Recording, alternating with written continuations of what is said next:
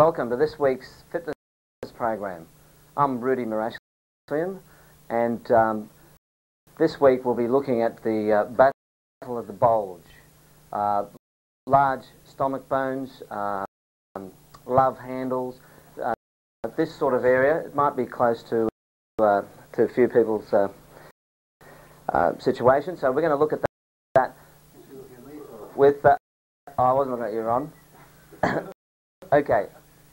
So with we're changing the name of the program. So I'm here to give you information on exercise.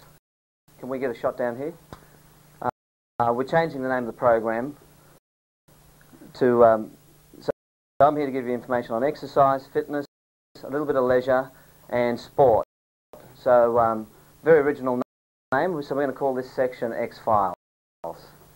Okay. Thank you. I thought you'd like that. Something deeper than that. Okay. So looking at the topic of getting a different waistline.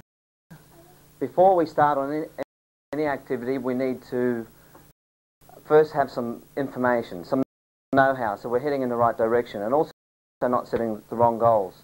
So we went over this a couple of weeks ago. So getting results, there's three main areas. We've got to start off with, well, what kind of genetics do we have? Okay, we might need a closer shot on it. So with genetics, we've got three body types. We went over this last time. So the skinny body tends to, that's the body it can't put on weight, hard to put on shape.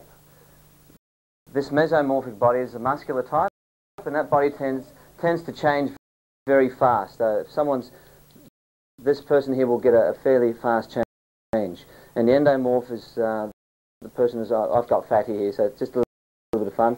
This person carries a fair bit of weight and is slow to respond. So once a person's kind of got an idea of where they're at there, then we're looking at exercise, and this is what we'll be looking at tonight. The type of exercise we can do to help us change that waistline. So, we've got strength exercises. There's a video coming up that will look at a few of these. Then stamina is obviously quite simple, or aerobic.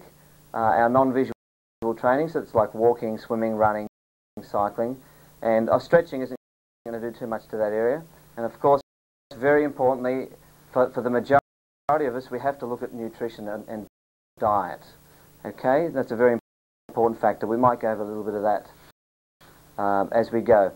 So let's look at the strength exercises that we can do at home, as well as maybe in the gym or a fitness centre. Now, just before we do that, if we look at this section here, just a rehash. What happens when we actually trim down? The cells just shrink. So we want the fat cells to get smaller. When they're smaller, we can see what's underneath, and we're after the muscle cells. As soon as we start doing some sit-ups or crunches, the muscles start to grow in that area there. But it doesn't mean we're going to have a thin waistline. So it's a combination of getting the fat cells small, working on the muscle cells so they grow.